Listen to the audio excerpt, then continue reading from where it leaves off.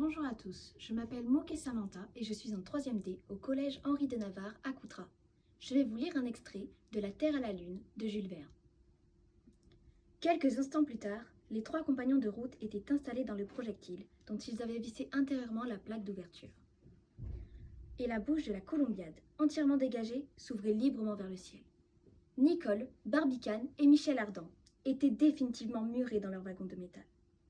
Qui pourrait peindre l'émotion universelle arrivée alors à son paroxysme?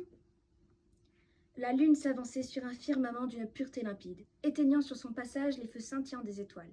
Elle parcourait alors la constellation des Gémeaux et se trouvait presque à mi-chemin de l'horizon et du zénith.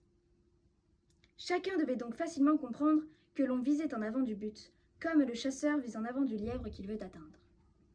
Un silence effrayant planait sur toute cette scène. Pas un souffle de vent sur la terre, pas un souffle dans les poitrines. Les cœurs n'osaient plus battre. Tous les regards effarés fixaient la gueule béante de la Columbiad.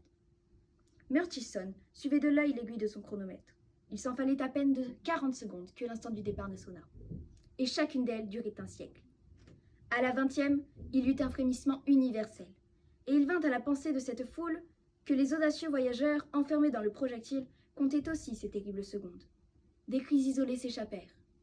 35, 36, 37, 38, 39, 40, feu!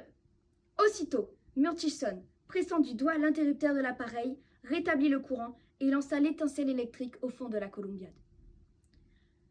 Une détonation épouvantable, inouïe, surhumaine, dont rien ne saurait donner une idée. Ni les éclats de la foudre, ni le fracas des éruptions se produisit instantanément. Une immense gerbe de feu jaillit des entrailles du sol comme d'un cratère. La terre se souleva. Et c'est à peine si quelques personnes purent un instant entrevoir le projectile, fendant victorieusement l'air au milieu des vapeurs flamboyantes.